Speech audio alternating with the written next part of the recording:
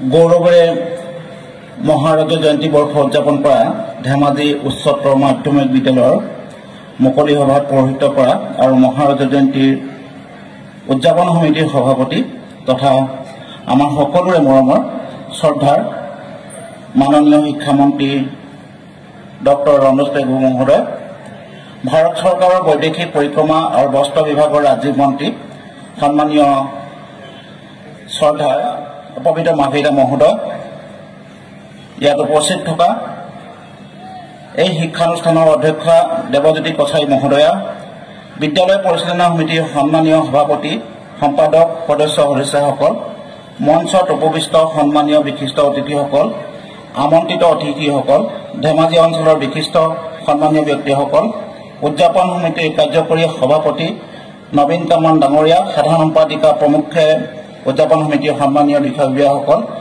উপস্থিত এই শিক্ষানুষ্ঠানৰ অধ্যাপক অধ্যাপিকা, শ্ৰদ্ধাৰ কৰ্মচাৰীসকল, প্ৰাক্তন ছাত্ৰ ছাত্ৰীসকল, বৰ্তমানৰ ছাত্ৰ ছাত্ৰীসকল আৰু উপস্থিত শ্ৰদ্ধাৰ ৰাইজ, এই পবিত্ৰ শিক্ষানুষ্ঠানটোৱে আজি আহি ৭৫ বছৰ অতিক্ৰম কৰিলে। এই পবিত্ৰ ক্ষণটোত যিসকল শিক্ষাসূচী ব্যক্তিয়ে কঠোৰ পৰিশ্ৰম আৰু সাধনা কৰি এই শিক্ষানুষ্ঠানটো গঢ়ি তুলিছিলে, যিসকল ব্যক্তি এতিয়াও আছে আমাৰ মাজত আৰু যিসকল ব্যক্তি এই আমাৰ মাজৰ পৰা আঁতৰি গৈছে, সেইসকলক মই শ্ৰদ্ধাৰে সোঁৱৰিছোঁ আৰু এই গৌৰৱোজ্জ্বল মুহূৰ্তত সেইসকলৰ যিসকল নাই সেইসকলৰ আত্মাক মই স্মৰণ কৰিছোঁ। আচলতে ইতিমধ্যে বহুখিনি কথা মহোদয় ছাৰে ক'লে, আমি বহুখিনি কথা অৱগত হৈছোঁ আৰু ইয়াত মুখ্য অতিথিও আছে। মোক দুটামান কথা ক'বৰ কাৰণে নিমন্ত্ৰণ কৰিছিলে আৰু চৰকাৰী দায়িত্ব যিহেতু আজি CTET পৰীক্ষা আছিলে, দৌৰাদৌৰিকৈ আহি মই ইয়াত মঞ্চত উপবিষ্ট হ'লোহি আৰু মই জীৱনত হয়তো আজি সময়মতে আহি পোৱা নাই। মই সদায় সময়মতে জীৱনটোক পৰিচালনা কৰি আছোঁ, জীৱনটোক নিয়ন্ত্ৰণ কৰি আছোঁ আৰু মই সদায় মিনিট আৰু ছেকেণ্ডৰ মতে চলি থাকোঁ। মই সদায় ৩:৪৫তকৈ ১ মিনিট মোৰ পলম হোৱা নাই আজিলৈকে। আজি বহুত দিনৰ পৰা, বহু বছৰৰ পৰা মই সময়মতে চলি আছোঁ, কিন্তু আজি মই অকণমান পলমকৈ আহি পালোহি। তাৰ কাৰণে ক্ষমা বিচাৰিছোঁ, যিহেতু আজি CTET পৰীক্ষা চলি আছিলে আৰু দুটামান কাম মই কৰি আহিব লগা হ'ল আৰু মই বাৰে বাৰে উদযাপন সমিতিক কৈছিলোঁ যে মই এই অনুষ্ঠানটোত থাকিব নোৱাৰিম, কাৰণ মোৰ গুৰু দায়িত্ব আছিলে। তথাপি মন্ত্ৰী মহোদয় যিহেতু আছে, আমাৰ যিগৰাকী নেতা, তেখেতে সমিতিখনৰ সভাপতি, গতিকে তেখেত থকাৰ কাৰণে মই অকণমান সাহসো পালোঁ আৰু আহিবৰ কাৰণে মই ইয়াত সাজু হৈ ইয়াত উপস্থিত হৈছোঁহি। গতিকে পলম কৰাৰ কাৰণে মোক ক্ষমা বিচাৰিছোঁ আৰু ভৱিষ্যতে যাতে এনেকুৱা ধৰণৰ মৰম চেনেহ মই পাই থাকিম। আপোনালোকে আজি যিটো শিক্ষানুষ্ঠানৰ এই পবিত্ৰ মুহূৰ্তত উপস্থিত আছে, আমি আচলতে জানো যে শিক্ষা মানে কি? সাধাৰণ নতুন সংজ্ঞাটো হ'ল শিক্ষা, শিকি থকা আৰু শিকাই থকা, শিকি থকা, শিকাই থকা। কিন্তু আমাৰ সমাজত এটা ডাঙৰ সমস্যা হৈছে মানে এডুকেট দ্য এডুকেটৰ্ছ, যিটো ইংৰাজীত কয় এডুকেট দ্য এডুকেটৰ্ছ, মানে শিক্ষিতসকলক শিকোৱাটো বহুত জটিল কাম। আমাৰ সমাজ ব্যৱস্থাত আমি শিক্ষিতসকলক শিকোৱা কামটোৱে আটাইতকৈ জটিল কাম বুলি ভাবি আহিছোঁ আৰু এনেকুৱা এটা মুহূৰ্তত এই বিদ্যালয়খনে ৭৫ বছৰ অতিক্ৰম কৰিছে আৰু ৭৫ বছৰ অতিক্ৰম কৰা এই মুহূৰ্তত হয়তো আজিৰ পৰা ৭৫ বছৰ আগতে যি শিক্ষা ব্যৱস্থা আছিলে, আজি সেই শিক্ষা ব্যৱস্থাৰ সলনি হৈছে। আপোনালোকে জানে যে এতিয়া কৃত্ৰিম বুদ্ধিমত্তাৰ যুগ। কৃত্ৰিম বুদ্ধিমত্তাৰ পৰা অকণমান আগবাঢ়ি গৈ আমাৰ ব্লক চেইনৰ যুগত আমি প্ৰৱেশ কৰি আকৌ কোৱাণ্টাম প্ৰযুক্তি বুলি কয়, কোৱাণ্টাম প্ৰযুক্তি আৰু ছুপাৰ কম্পিউটাৰ, কোৱাণ্টাম প্ৰযুক্তি ছুপাৰ কম্পিউটাৰ যুগত আমি এতিয়া বাদ কৰিব বা তেনেকুৱা এখন যুদ্ধ চলাই আছোঁ। এনেকুৱা এটা মুহূৰ্তত আমি আজি এই বিদ্যালয়খনে কোৱাণ্টাম প্ৰযুক্তিৰ যুগৰ চিন্তা কৰিব লগা হৈছে। আমি আমাৰ সমাজখনত আচলতে শিক্ষানুষ্ঠানটোৰ দায়িত্বটো কি, কৰ্তব্য কি, আমাৰ প্ৰাক্তন ছাত্ৰী ছাত্ৰীসকলৰ দায়িত্ব কি, কৰ্তব্য কি, আমাৰ অভিভাৱকসকলৰ দায়িত্ব কি, কৰ্তব্য কি, এই কথাবিলাক যদি আমি চাওঁ আমাৰ প্ৰত্যেকৰে কিন্তু দায়িত্ব আছে। আজি কৃত্ৰিম বুদ্ধিমত্তাৰ যুগত আমাৰ চিন্তাবিলাক সলনি হৈছে, আমাৰ সমাজখন কেনেকৈ গৈ আছে আমি যদি আজি আমি শিকিবলৈ এৰি দিওঁ। আজি আমাৰ সমাজ ব্যৱস্থাটো এনেকুৱা হৈছে যে বহুতে যে অৱসৰ পোৱাৰ পিছত বা বহুতে চাকৰি এটা পোৱাৰ পিছত, বহুতে শিক্ষকতা পোৱাৰ পিছত, বহুতে অধ্যাপনা চাকৰি এটা পোৱাৰ পিছত জীৱনটো শেষ হ'ল বুলি ভাবে যে মোৰ এটা কাম কৰিবলৈ নাই, মই এটা অধ্যাপনাৰ চাকৰি এটা পালোঁ বা মই শিক্ষকতাৰ চাকৰি এটা পালোঁ বা মই অন্য চাকৰি এটা পালোঁ, মই কৰিবলগীয়া একো নাই। কিন্তু আজিৰ যুগটো হ'ল আচলতে শিকি থকাৰ যুগ। আজি যদি আমি সময়ত আমি সকলো কথা শিকি নাযাওঁ তেতিয়াহ'লে কিন্তু আমি বহুত পিছ পৰি যাব লাগিব। আজীৱন শিক্ষাৰ যিটো প্ৰক্ৰিয়া সেই প্ৰক্ৰিয়াটোৰ পৰা আমি আঁতৰি আহিব লাগিব। আজি দিনবিলাক হ'ল আজীৱন শিক্ষাৰ প্ৰক্ৰিয়া। তাৰমানে আমি শিকিয়ে থাকিব লাগিব, শিকাই থাকিব লাগিব, বুজি থাকিব লাগিব, বুজাই থাকিব লাগিব। আৰু সেইটোকে কোৱাণ্টাম প্ৰযুক্তি ছুপাৰ কম্পিউটাৰ যুগত এতিয়া আপোনালোকে জানে যে আজি আমাৰ গোটেই চিন্তাবিলাক কেনেকুৱা ধৰণৰ সলনি হৈছে। কোৱাণ্টাম প্ৰযুক্তি যেতিয়া ভৰি দিছে বা আজি ছুপাৰ কম্পিউটাৰ যেনেকৈ আমাক আগুৱাই দিছে, আপোনালোকে জানে যে আজি ভাৰতবৰ্ষত বহুখিনি এই ক্ষেত্ৰত আগুৱাই গৈছে। আজি আমেৰিকা হয়তো আগত আছে, চীন আগত আছে, কিন্তু ভাৰতবৰ্ষ এই ক্ষেত্ৰত পিছ পৰি ৰোৱা নাই। গতিকে কোৱাণ্টাম প্ৰযুক্তিৰ যুগত আমি এই যে পুৰণিকলীয়া চিন্তাবিলাকো আমি এৰিব লাগিব।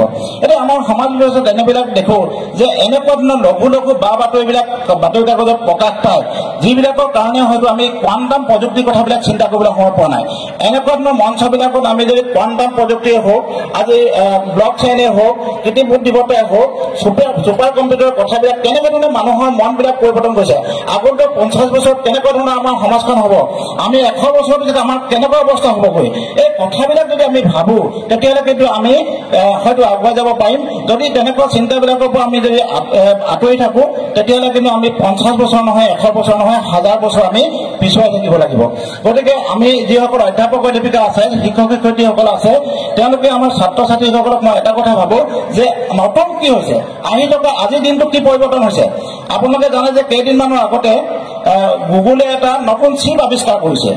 নতুন চিপ আজি প্ৰায় এসপ্তাহমান হৈছে তেওঁলোকে চিন্তা কৰিছে যে যেতিয়া নতুন চিপ উইলৰ যিটো চিপ বুলি কৈছে, উইলৰ চিপ আৱিষ্কাৰ হোৱাৰ লগে লগে আমাৰ সমাজখন ক'লৈ যাব। এতিয়ালৈকে মোৰ সন্মুখত যিসকল বহি আছে সেই বহি থকা ব্যক্তিসকলে মোৰ বিষয়ে কেনেকুৱা ধাৰণা কৰিছে মই গম পোৱাব পৰা অৱস্থা হয়তো 2-3 বছৰৰ পিছত আহি যাব। কিমানজন মানুহৰ মোৰ কথাখিনি বেয়া লাগিছে, কিমানজন মানুহৰ ভাল লাগিছে, কিমানজন মানুহে ভাবিছে যে মানুহজনে কথা কৈ শেষ কৰক, এই কথাবিলাক 2-3 বছৰৰ পিছতে হয়তো আমি গম পাম। গতিকে এতিয়া উইলৰ যিটো চিপ আহিছে আপোনালোকে গম পাইছে বহুতে যে গুগলে যিটো চিপ উলিয়াইছে, মানে কিমান আজি যিটো সাধাৰণ কম্পিউটাৰে যিটো কাম কৰিব সেইটো লাখ লাখ গুণ বেছি তৎক্ষণাত নিমিষতে 5 মিনিটতে কাম কৰিব পাৰিব উইলৰ চিপে। গতিকে উইলৰ চিপ অহাৰ লগে লগে আমাৰ সমাজখন ক'লৈ যাব, আমি কেনেকুৱা আমি অৱস্থাত আমি জীয়াই থাকিম, এই কথাবিলাক আজি যিটো গোপনীয় কথাটো হয়তো নাথাকিব পাৰে। আজি মোৰ লগত কিমান মানুহে কথা পাতি আছে সেই তথ্যটো সংৰক্ষিত হৈ থাকিব, কিমানজনে কেতিয়া কিমান সময়ত কিমান ছেকেণ্ডত কথা পাতি আছিলে, কাৰ লগত কি কৰি আছে, গোটেইখিনি কথা জানিব পৰা অৱস্থালৈ আহিলে। গতিকে এনেকুৱা চিন্তাবিলাক যাতে বৈজ্ঞানিক বা প্ৰযুক্তিৰ যিটো আজি উন্নতি হৈছে এই কথাখিনি কিন্তু আমাৰ ল'ৰা ছোৱালীয়ে জানিব লাগিব, আমাৰ ল'ৰা ছোৱালীক জনাব লাগিব। ল'ৰা ছোৱালীক জনাবৰ কাৰণে আমাৰ কি হ'ব লাগিব যে শিক্ষক বা অধ্যাপকসকলে পঢ়া শুনা কৰিব লাগিব। কিন্তু আটাইতকৈ দুখৰ কথা আমাৰ শিক্ষকসকলে বেছিভাগ শিক্ষকে কিন্তু ঘৰত বাতৰি কাগজ এখন নিকিনে বা কিতাপ এখন নিকিনে বা গ্ৰন্থমেলালৈ নাযায়। বেছিভাগ অধ্যাপক বা শিক্ষকৰ যিটো দুৰৱস্থা এই দুৰৱস্থাটো দেখিলে কিন্তু আমি যে বহু হাজাৰ বছৰ পিছত হয়তো যাম পঢ়িমগৈ বা থাকিমগৈ এই কথা কেতিয়াবা কিন্তু অনুভৱ হয়। মই নিজে শিকিব নিবিচাৰোঁ বা শিকাব নিবিচাৰোঁ, এই কথাটো কিন্তু আমি হয়তো মৰ্মে মৰ্মে অনুভৱ কৰোঁ বা উপলব্ধি কৰোঁ। এই কথাখিনি যেতিয়ালৈকে আমি শিকি যাম, বুজি যাম, আমাৰ দেশখনৰ কাৰণে আমি জানিব লাগিব, আমাৰ সমাজখনৰ কাৰণে আমি কাম কৰি যাব লাগিব। আমি দেশৰ কাৰণে সমাজখনৰ কাৰণে কিমান চিন্তা কৰোঁ, আমি দেশ বা মানুহৰ কাৰণে কিমান চিন্তা কৰোঁ, এই কথাখিনি কিন্তু আমি অনুভৱ কৰিব লাগিব। এতিয়া বহুতে চৰকাৰী চাকৰি কৰে, চৰকাৰী চাকৰিটো এনেকুৱা ধৰণে ভাবি লয় যে মই চৰকাৰী চাকৰিটো পালোঁ, এতিয়া আৰু মোক কৰিবলগীয়া একো নাই, মই চৰকাৰী মানে ইংৰাজীত তাত গভৰ্ণমেণ্ট মাইণ্ডছেট বুলি কয়। তাৰমানে গভৰ্ণমেণ্ট মাইণ্ডছেটত সোমাই গ'ল। তাৰমানে আৰু এতিয়া কাম নকৰিলেও হ'ব, পলম কৰি গ'লেও হ'ল বা সোনকালে গুচি গ'লেও হ'ল, চৰকাৰখনে দেশৰ কাৰণে, জাতিৰ কাৰণে, মানুহৰ কাৰণে কাম নকৰিলেও হ'ল। এই ধৰণৰ মানসিকতা যেতিয়া আমাৰ মাজত থাকিব, তেতিয়া তৰল তৰল কথাবিলাক যেতিয়া আমাৰ চিন্তা কৰি থাকিব, সমাজখনত যেতিয়া একদম মানে নিগেটিভ বা ঋণাত্মক কথাবিলাক যেতিয়া চিন্তা কৰি থাকিব, তেতিয়া কিন্তু আমাৰ সমাজখন কেতিয়াও আগুৱাই যাব নোৱাৰে। আমি ছুপাৰ কম্পিউটাৰৰ যুগত এতিয়া সোমাইছোঁ। ছুপাৰ কম্পিউটাৰৰ যুগত আমি কিন্তু আহি থকা দিনবিলাকত আমি কেনেকৈ প্ৰত্যাহ্বানৰ সন্মুখীন হ'ম, কেনেকৈ জীয়াই থাকিম, এই কথাখিনি কিন্তু আমি জানিব লাগিব আৰু বুজিব লাগিব। কিন্তু আমি সেই কথাটো আমি নাভাবোঁ। আমাৰ মোবাইলটো হাতত থাকে, আমি কিন্তু কি চাওঁ যে বাৰে বাৰে চাওঁ আমুকাৰ ঘৈণীয়েক আমুকৰ লগত পলাই গ'ল, সেইটো গুৰুত্বপূৰ্ণ কথা। কিন্তু আমুকে ভাল কাম এটা কৰিলে, আমুকে ভাল পুৰস্কাৰ এটা পালে, সেইটো কিন্তু গুৰুত্বপূৰ্ণ কথা হ'ব নোৱাৰে। আমাৰ একেবাৰে চিন্তাবিলাক ইমান তললৈ নিকৃষ্ট লেভেললৈ গৈছে বা গতি কৰিছে, এই নিকৃষ্ট পৰ্যায়লৈ যোৱাৰ কাৰণে আমাৰ সমাজখন কলৈ গৈ আছে হয়তো আপোনালোকে মোৰ সন্মুখত থকা অধিকাংশ হয়তো অনুভৱ কৰিছে। কথাখিনি সঁচা নে মিছা, কলৈ গৈ আছে আমি ক'ত ৰমকে কিন্তু ক'ব পৰা নাই। আমাৰ গঠনমূলক চিন্তা চৰ্চা নাই। আমি আজি কেলে অসমৰ পৰা, কেলে ভাৰতবৰ্ষৰ পৰা এজন নবেল বঁটা পোৱা নাই ৰবীন্দ্ৰনাথ ঠাকুৰৰ পিছৰ পৰা। গতিকে এই যে নবেল বঁটা নাই পোৱা, এই কথাটো আমি চিন্তা কৰিব লাগিব। আমি কেতিয়া আলোচনা কৰিছোঁ, কেনেকৈ ল'ৰা ছোৱালীক বহিছোঁ, কেনেকৈ আলোচনা কৰিছোঁ। আমি ল'ৰা ছোৱালীক কিমানবাৰ ক'লোঁ যে যেতিয়া পদাৰ্থ বিজ্ঞানৰ নবেল বঁটা পায়, আপোনালোকে পদাৰ্থ বিজ্ঞানৰ সেই যিজন বিজ্ঞানীয়ে নবেল বঁটা পাইছে আলোচনা কৰিলোঁ নে নাই, সাহিত্যত নবেল বঁটা পাইছে আলোচনা কৰিলোঁ নে নাই। আমি এনেধৰণৰ গঠনমূলক কথাবিলাক আমি সদায় আঁতৰি আমি ঋণাত্মক সৰু সৰু কথাবিলাক, যিবিলাক কথাই আচলতে সমাজখনক ধ্বংস কৰে বা তললৈ নিয়ে, সেই কথাবিলাকক আমি লাগি আছোঁ।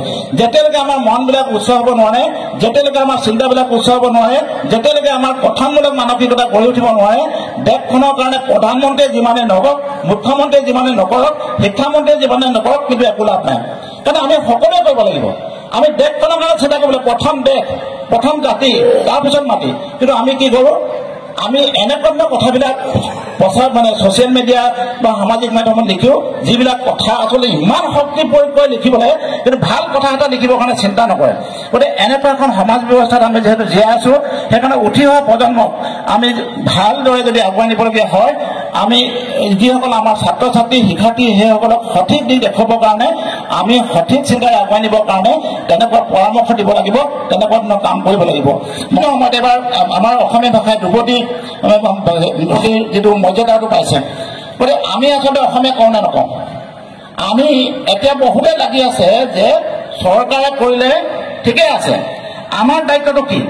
আমি ৰাতিপুৱা শুই উঠাৰ পৰা নিশা হোৱালৈকে অসমীয়া কথা কওঁ নে নকওঁ, কিমানটা অসমীয়া কথা কওঁ আপোনালোকে হিচাপ কৰি চাব পাৰে। ৰাতিপুৱা আমি শুই উঠি মৰ্ণিং ৱাক কৰোঁ, মৰ্ণিং ৱাক কৰা হয়তো মৰ্ণিং ৱাক কৰাৰ আগতে আমি বাথৰুমলৈ যাওঁ, টুথপেষ্ট, টুথব্ৰাছ, বাথৰুমটো মানে গা ধোৱা ঘৰ নকওঁ, গা ধোৱা ঘৰৰ ভিতৰত যিমানখিনি বয় বস্তু আছে, মাক, বাকেট, ৰেজৰে হওক, যিমান ব্লেডে হওক, চব কিন্তু আমি অসমীয়াত কৈ আছোঁ। তাৰমানে গা ধোৱা ঘৰটোত আমাৰ অসমীয়া নাই। গা ধোৱা ঘৰৰ পৰা মানে বাথৰুমৰ পৰা ওলাই গৈ আমি কিটচেন পালোগৈ, তাৰমানে পাকঘৰলৈ নাযাওঁ, আমি কিটচেনলৈ যাওঁ। কিটচেনত যিমানখিনি আছে সা সামগ্ৰী, যিমানখিনি বস্তু, কাপ, প্লেট, গেছ, লাইটাৰ, যিমান যি আছে দীঘলীয়া হ'ব। আপোনালোকে হিচাপ কৰি চাওক কেইটা অসমীয়া কথা কয়। তাৰমানে কিটচেনটোতো বা পাকঘৰটোতো অসমীয়া শব্দ নাই।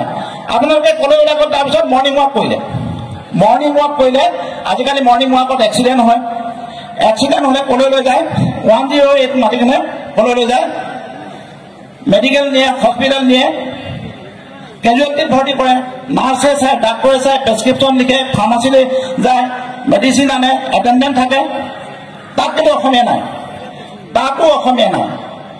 গতিকে মই দীঘলীয়া নকৰোঁ, কাৰণ বহুতকেইজনে সেইটো ক'বলগীয়া আছে, ক'ব।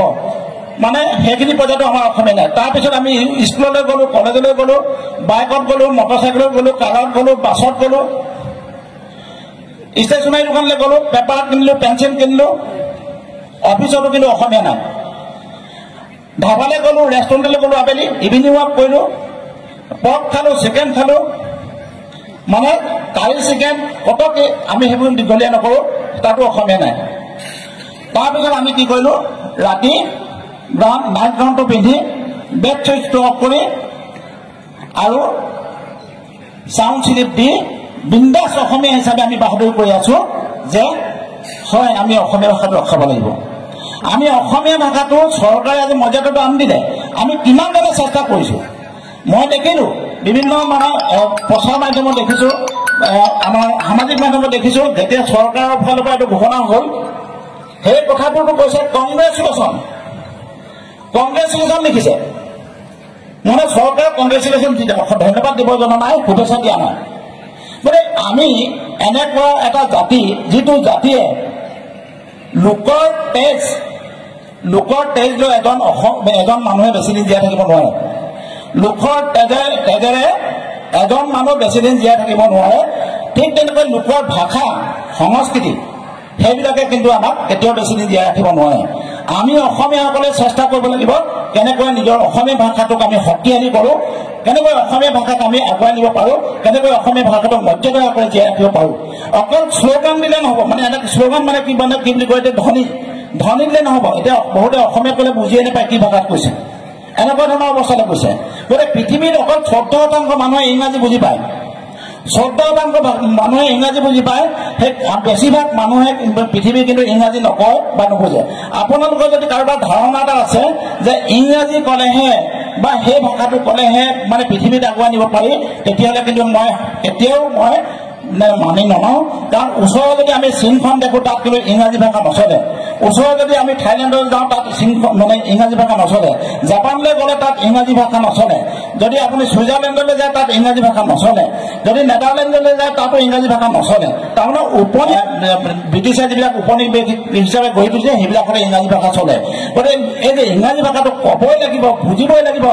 আমাৰ যে ভুলে ভ্ৰান্তে ইংৰাজী কৈ থাকে, মই কিন্তু সেইটোক কেতিয়াবা গুৰুত্ব দিব নিবিচাৰোঁ। গতিকে আমি ল'ৰা ছোৱালীক, শিক্ষাৰ্থীক নিজৰ ভাষাটোৰ যোগেদি আমি আগুৱাই নিব লাগিব। আজি ইমান ডাঙৰ কাম এটা ভাৰত চৰকাৰখনে কৰি দিলে যে ধ্ৰুপদী মৰ্যাদা, মানে ভাষাটোৰ ইতিহাস সম্পৰ্কে গোটেইখিনি স্বীকৃতি দিলে। গতিকে এতিয়া আমাৰ ধৰ্ম আৰু দায়িত্বটো হ'ল কেনেকৈ আমি ভাষাটোক আগুৱাই নিব পাৰোঁ। গতিকে ই বেলেগৰ ভাষাৰে, বেলেগৰ সংস্কৃতিয়ে কেতিয়াও এটা জাতি জীয়াই ৰাখিব নোৱাৰে। যেতিয়া ভাষা শেষ হ'ব, তেতিয়া সংস্কৃতি শেষ হ'ব। যেতিয়া সংস্কৃতি হ'ব, এটা জাতি শেষ হ'ব। মোৰ গোটেই মানে সূত্ৰটো হ'ল সেইটো। গতিকে আপোনালোকে মোতকৈ বেছি কথা জানে, মোৰ সন্মুখত থকা যিসকল ব্যক্তি আছে মোতকৈ বহুত বেছি কথা জানিব পাৰে। কিন্তু মই এটা কথা ক'ব বিচাৰোঁ, যেতিয়া ভাষাটো শেষ হৈ যাব, তেতিয়া কিন্তু সংস্কৃতি শেষ হ'ব। আৰু সংস্কৃতি শেষ হোৱাৰ লগে লগে নিজৰ দেশ আৰু জাতি শেষ হৈ যাব। যদি আমি ভাৰতবৰ্ষখনক, আজি অসমখনক যদি জীয়াই ৰাখিব বিচাৰোঁ, নিজৰ ভাষাটোক ভাল পাব লাগিব, নিজৰ সংস্কৃতিক ভাল পাব লাগিব। আৰু নিজৰ অসমীয়া বিদ্যালয়ৰ সন্মুখত এই যে যিখন 75 বছৰ হ'ল, এই বিদ্যালয়খনৰ সন্মুখত আপোনালোক ভিৰ কৰি থিয় হৈ থাকিব লাগিব। যে যেনেকৈ ইংৰাজী মাধ্যমৰ সন্মুখত, বিদ্যালয়ৰ সন্মুখত মানে অভিভাৱকসকলে ঘণ্টা ধৰি, বহুত মই মহিলা দেখোঁ যে ৰাতিপুৱা 8টা বজাত আহি আবেলি 4টা বজালৈকে ৰৈ থাকে। কিন্তু আমাৰ অসমীয়া বিদ্যালয়ৰ সন্মুখত এই যে বিদ্যালয়বিলাক দিলে চৰকাৰে, তাৰমানে এনেকুৱা ধৰণৰ মই নামভৰ্তি যিটো কৰি দিলোঁ, তাৰপিছত আৰু আমাৰ দায়িত্ব কৰ্তব্য নাই। এনেকুৱা ধৰণৰ মানসিকতা বহুতৰ হৈছে, সেইটো বহুতৰ হোৱা নাই, কিন্তু বেছিভাগ মানুহে তেনেকুৱা মানসিকতা হৈছে। গতিকে এনেকুৱা বিদ্যালয়বিলাকৰ সন্মুখত যেতিয়া আপোনালোকে ভিৰ কৰিব, যেতিয়া ঘণ্টা ধৰি ৰৈ থাকিব, যেতিয়া আমাৰ এই অধ্যক্ষই হওক, অধ্যাপকসকলে হওক পৰামৰ্শ দিব যে এইটো কৰক, সেইটো কৰক, এনেকৈ কৰক, নতুন চিন্তা মানে ঘটাব লাগিব, নতুন চিন্তাৰে আগুৱাই নিব লাগিব। এতিয়া মই যিহেতু কানন মহাবিদ্যালয়ৰ অধ্যক্ষ, হিচাপে মই আপোনালোকৰ কথাখিনি জোৰ কৰি ক'ব, মই সদায় 5:30 মই মহাবিদ্যালয়লৈ আহোঁ। মই নিজে যিবিলাক টয়লেট বা যিবিলাক প্ৰস্ৰাৱ কৰা স্নানক মই নিজে চাফা কৰোঁ। মই কাৰোলৈ অপেক্ষা কৰি নাথাকোঁ। গোটেইখিনি কাম নিয়াৰিকৈ কৰি মই আকৌ 6:30 বজাত মই ঘৰ পাওঁগৈ। তাৰপিছত মই আকৌ দেখা মেলা কৰোঁ। গতিকে এই যে গোটেই কামখিনি কৰি আহিছোঁ, আজি যিটো প্ৰযুক্তিৰ মাধ্যমে আমাৰ নিৰ্বাচন প্ৰক্ৰিয়া হয়, মই আমাৰ ইণ্টাৰনেটত চাইছোঁ যে ইণ্টাৰনেটত মই দেখিলোঁ যে পৃথিৱীত অকল কানৈ মহাবিদ্যালয় প্ৰথমখন মহাবিদ্যালয়, যিখন মহাবিদ্যালয় অনলাইন বা প্ৰযুক্তিৰ মাধ্যমেৰে ছাত্ৰৰ কথা নিৰ্বাচন হৈছে। ঠিক তেনেদৰে আমাৰ শ্ৰেণীকোঠাত আমি ইনোভেটিভ যিটো নতুন চিন্তা, সেই চিন্তাৰে আমি কি কৰিছোঁ যে পাঠদানৰ সময়ত উপস্থিত ছাৰ, উপস্থিত বাইদেউ এইটো নাইকিয়া হ'ল। সোমাই যোৱাৰ লগে লগে আমাৰ ব্যৱস্থাটো মানে গোটেই উপস্থিতি হৈ যায়। গতিকে নতুন চিন্তাৰে আমি সমাজখন কেনেকৈ আগুৱাই গৈছে, সমাজখন আগুৱাই নিবৰ কাৰণে আমি নতুন চিন্তা দিব লাগিব। আৰু সেই কামখিনি আমি চৰকাৰকে হওক, আমি ৰাষ্ট্ৰখনকে হওক, দেশকে হওক, ৰাইজক সহায় কৰিব লাগিব। এটা বাক্য ক'ব বিচাৰিছোঁ, যিহেতু আফ্ৰিকাৰ ৰাষ্ট্ৰপতিসকলে জানে নেলছন মেণ্ডেলা, তেখেতে কৈছিলে যে শিক্ষা হৈছে আটাইতকৈ শক্তিশালী অস্ত্ৰ, যাৰ সহায়ত পৃথিৱীখন সলনি কৰি দিব পাৰে। যেতিয়া শিক্ষাত জাতি এটাক ধ্বংস কৰিবৰ কাৰণে শিক্ষা ব্যৱস্থাটো ধ্বংস কৰিলে হ'ল, ডাঙৰ এটম বম নালাগে, কোনো পৰমাণু বম নালাগে। জাতি এটাক যদি ধ্বংস কৰিবলৈ হয় একমাত্ৰ এটা উপায় আছে, শিক্ষা ব্যৱস্থাটো ধ্বংস কৰি দিয়া। কাৰণ শিক্ষা ব্যৱস্থাটো যদি ধ্বংস হৈ যায় তাৰ পৰা ভাল ডাক্তৰ বা চিকিৎসক নোলাব, তেতিয়াহ'লে ভুল চিকিৎসাত ৰোগী মৰিব। ভাল অভিযন্তা নোলাব, কাৰণ কেলে ভাল অভিযন্তা নোলালে দলং এখন ঘৰ এটা ভাঙি পৰিব। ভাল ৰাজনীতিবিদ নোলাব, ভাল বিচাৰক নোলাব। এনেকুৱা ধৰণৰ গোটেই কামখিনি আমাৰ সমাজখন জীয়াই থাকিবৰ কাৰণে যিকেইটা শক্তিশালী খুঁটা, সেই খুঁটাকেইটা যদি আমাৰ হুলুক হয় দুৰ্বল হয়, তেতিয়াহ'লে কিন্তু আমাৰ জাতিটো ধ্বংস হৈ যাব। গতিকে আমি শিক্ষা ব্যৱস্থাটোক উত্তৰণৰ কাৰণে সকলোৱে লাগিব লাগিব। হয়, কোনোবা চৰকাৰৰ লগত কাৰোবাৰ মতামত থাকিব পাৰে, দ্বিমত থাকিব পাৰে, কিন্তু আমি শিক্ষা ব্যৱস্থাটোক মুঠতে গুৰুত্ব দিব লাগিব। আমাৰ ভাৰতবৰ্ষত আচলতে লেতেৰা কেনেকৈ কৰিব লাগে সেইটো ভাবে, লেতেৰাটো কেনেকৈ কৰিব লাগে সেইটো ভাবে, আৰু পৃথিৱীৰ অন্যান্য দেশবিলাকত লেতেৰা নকৰাকৈ কেনেকৈ থাকিব পাৰে সেইটো শিকে। ওলোটা আমি যিটো পৰিৱেশত থাকোঁ সেই পৰিৱেশটো হৈছোঁ আমি বহুত পিছত আছোঁ। কাৰোবাক অকল চৰকাৰখনক গালি দি থাকিলে নহ'ব, প্ৰত্যেকজন নাগৰিকৰ কিন্তু দায়িত্ব আছে। অকল চৰকাৰ বা মন্ত্ৰীক যদি আমি গালি পাই থাকোঁ, টান কথা কৈ থাকোঁ, সমালোচনা কৰি থাকোঁ, সমস্যাবিলাক সমাধান নহয়। আমি কি কৰি আছোঁ, মই কি কৰি আছোঁ, মোৰ ঘৰৰ সন্মুখখিনি মই চফা কৰিছোঁ নে নাই? মই নিজৰ ঘৰৰ সন্মুখখিনি মই গছ এজোপা ফুল এজোপা ৰুইছোঁ নে নাই? মই যে চৰকাৰখনক কেতিয়াবা প্ৰশ্ন কৰোঁ, মই নিজে কি কৰিছোঁ, হোৱাট আই এম ডুইং, তাৰমানে মই কি কৰিছোঁ, what he is doing, what he is doing, what they are doing, what I am actually doing, তাৰমানে মই কি কৰি আছোঁ। মই কি কৰি আছোঁ যেতিয়া প্ৰশ্নটো আহিব, নিজৰ মনত যেতিয়া প্ৰশ্নটো বাৰে বাৰে আহিব যে মই একচুৱেলি মই প্ৰকৃততে কি কৰি আছোঁ, মই দেশখনৰ কাৰণে, সমাজখনৰ কাৰণে, মানুহৰ কাৰণে কৰিছোঁ নাই, আজিৰ দিনটোত মই সমাজখনৰ কাৰণে কি ভাল কাম কৰিলোঁ। ৰাতিপুৱা শুই উঠি যদি আপোনালোকে প্ৰত্যেকে ভাবে যে আজি ৰাতিপুৱা শুই উঠি মই এইটো কথা ভাবিছোঁ যে মই কাৰোবাক 10 টকা পইচা দি সহায় কৰিছোঁ, কাৰোবাক পানী গিলাচ দি মই ল'ৰা ছোৱালীক সহায় কৰিবলৈ শিকাইছোঁ, কাৰোবাক লগৰ বন্ধুক কাঠ পেঞ্চিল এডাল দি মই সহায় কৰিবলৈ শিকাইছোঁ। এই সহায় কৰা মানসিকতাটো আমাৰ আছেনে নাই? আমাৰ হৃদয়ৰ পৰা মনৰ পৰা কিন্তু সহায় কৰা যিটো মানসিকতা সেইটো নাইকিয়া হৈছে, আৰু প্ৰশংসা কৰিব পৰা মানসিকতাটো নোহোৱা হৈছে। একেবাৰে সঁচা কথা, অসমীয়া মানুহৰ মাজত কিন্তু প্ৰশংসা কৰিব পৰা মানসিকতাটো একেবাৰে কমি গৈছে। সঁচা নামিছে আপোনালোকে প্ৰশ্ন কৰি চাওক, প্ৰশংসা কৰা কৃতজ্ঞতা জনোৱা এই কথাবিলাক নোহোৱা হৈ গৈছে। গতিকে এইবিলাক কিন্তু আমি আকৌ ঘূৰাই আনিব লাগিব। আমাৰ ভাৰতীয় যিটো জ্ঞান পৰম্পৰা, সেই জ্ঞান পৰম্পৰাটো এইখিনি আছে যে কেনেকৈ ডাঙৰে সৰুক মৰম কৰে, সৰুৱে ডাঙৰক শ্ৰদ্ধা কৰে, ছাত্ৰই শিক্ষকক কেনেকৈ সন্মান কৰে, শ্ৰদ্ধা কৰে, শিক্ষকে ছাত্ৰক কেনেকৈ মৰম শ্ৰদ্ধা কৰে, এই কথাবিলাক আমাৰ ভাৰতীয় প্ৰাচীন ভাৰতীয় পৰম্পৰাত আছে। গতিকে এই কথাবিলাক আমি অধ্যয়ন কৰিব লাগিব। আমি যদি অধ্যয়ন নকৰোঁ, আমি যদি পঢ়া শুনা নকৰোঁ, বাতৰি কাগজখনো নাচাওঁ, টিভিটো ভালকৈ যদি নাচাওঁ, তেতিয়াহ'লে আমি কেনেকৈ আগুৱাই যাম? আমি যদি লোকক সমালোচনা কৰিলে আমি সদায় তথ্য সহকাৰে সমালোচনা কৰিব লাগিব, কাৰণ আমি পঢ়া শুনা কৰিব লাগিব। বাতৰি কাগজখন যদি আমি ঘৰত নোলোৱাকৈ যদি সমালোচনা কৰি থাকোঁ, তেতিয়াহ'লে কিন্তু আমি নহয়। এতিয়া গ্ৰন্থমেলালৈ গৈ যদি কিতাপ এখন নিকিনো, পৃথিৱীৰ বিভিন্ন দেশত ল'ৰা ছোৱালীক কি কৰে, গ্ৰন্থত মানে দেখুৱাবলৈ নিয়ে, তাৰপিছত কিনাৰৰ ধাতু আহে। বহুবিলাক দেশত আছে, জন্ম হোৱাৰ লগে লগে, সন্তান জন্ম হোৱাৰ লগে লগে পুথিভঁৰালৰ নামটো ভৰ্তি কৰি দিয়ে, পুথিভঁৰালৰ নামটো ভৰ্তি কৰি দিয়ে। আমাৰ ল'ৰা ছোৱালীক ক'লৈ যায়, বোলে ব'ল আজি আমুক ৰিজৰ্টলৈ যাম, ব'ল আজি জোতাৰ দোকানলৈ যাম, ব'ল আজি আমুক দোকানলৈ যাম। গতিকে গ্ৰন্থমেলালৈ লৈ যোৱা অভিভাৱক কেইজন আছে মই নাজানো, ব'ল আজি কিতাপ চাবলৈ যাম, ব'ল আজি কিতাপ কিনিবলৈ যাম। এই কথাবিলাক কিন্তু আমাৰ চৰ্চা নহয়। গতিকে এইবিলাক চৰ্চা হ'ব লাগিব, আলোচনা কৰিব লাগিব। ল'ৰা ছোৱালীক শিক্ষাৰ্থীক আমাৰ গ্ৰন্থ অধ্যয়নৰ কাৰণে, কিতাপ অধ্যয়নৰ কাৰণে এইবিলাক আমি পৰিৱেশ সৃষ্টি কৰিব লাগিব, আৰু তেতিয়াই আমাৰ জাতিটো ভাল হ'ব। নহ'লে নিজকে নিজে সমালোচনা কৰি থাকিব আৰু তাৰ পৰা একো উত্তৰ নাপাব। মই দিছোঁ, মই উদ্যোক্তা সমিতিকো কৈছোঁ, আৰু মোৰ লগত পোনপটীয়া যোগাযোগ নাছিলে যেতিয়া মই দক্ষিণ কোৰিয়াত আছিলোঁ ৰাষ্ট্ৰসংঘৰ এটা কাৰ্যসূচীত। গতিকে মই এতিয়া উপায় নাই আহিলোঁ, আৰু দুআষাৰ ভুলে সুধে ক'লোঁ। বেয়াকৈ যদি কৈছোঁ ইয়াতে এৰি থৈ যাব, ভালকৈ আপোনালোকে গ্ৰহণ কৰিব। আৰু এই বিদ্যালয়ৰ সৈতে যিসকল জড়িত হৈ আছিলে সেইসকলক মই পুনৰ ধন্যবাদ জনাইছোঁ, কৃতজ্ঞতা জনাইছোঁ, স্মৰণ কৰিছোঁ। আমাৰ প্ৰধানমন্ত্ৰী সৃষ্টি হওক, ইয়াতে মুখ্যমন্ত্ৰী সৃষ্টি হওক, ইয়াত শিক্ষামন্ত্ৰী সৃষ্টি হৈছে। গতিকে সকলো লাগিব, ইয়াৰ পৰা বিজ্ঞানী সৃষ্টি হওক, ডাক্তৰ সৃষ্টি হওক, সকলো ইয়াৰ পৰা সৃষ্টি হওক। আৰু এনেধৰণে আপোনালোকে যেনেকৈ উৎসাহেৰে অনুষ্ঠানটো মৰম আৰু ভাল পোৱা দেখিছে, আপোনালোকৰ যি সপোন সেই সপোন আৰু বাস্তৱৰ সেই দলংখন কিন্তু নিশ্চয় গঢ় লৈ উঠিব বুলি ভাবিছোঁ। আৰু ইয়াৰ মাজতে ছাত্ৰ ছাত্ৰীক মানুহক ভাল পোৱাৰ, সমাজক ভাল পোৱাৰ, দেশক ভাল পোৱাৰ সপোন দেখুৱাব লাগিব। সমাজক যেতিয়ালৈ ভাল পোৱাৰ আমি সপোন শিকাব নোৱাৰোঁ, দেখুৱাব নোৱাৰোঁ, মানুহক ভাল পোৱাৰ যিটো আন্দোলন, মানুহক ভাল পোৱাৰ যিটো আন্দোলন, সমাজক ভাল পোৱাৰ যিটো আন্দোলন, সেইটো যেতিয়া আমি ছাত্ৰ ছাত্ৰী বা শিক্ষাৰ্থীৰ মাজত গঢ়ি তুলিব নোৱাৰোঁ, তেতিয়া কিন্তু আমাৰ এই ৭৫ বছৰ উদযাপন কৰাৰ কোনো অৰ্থ নাথাকিব।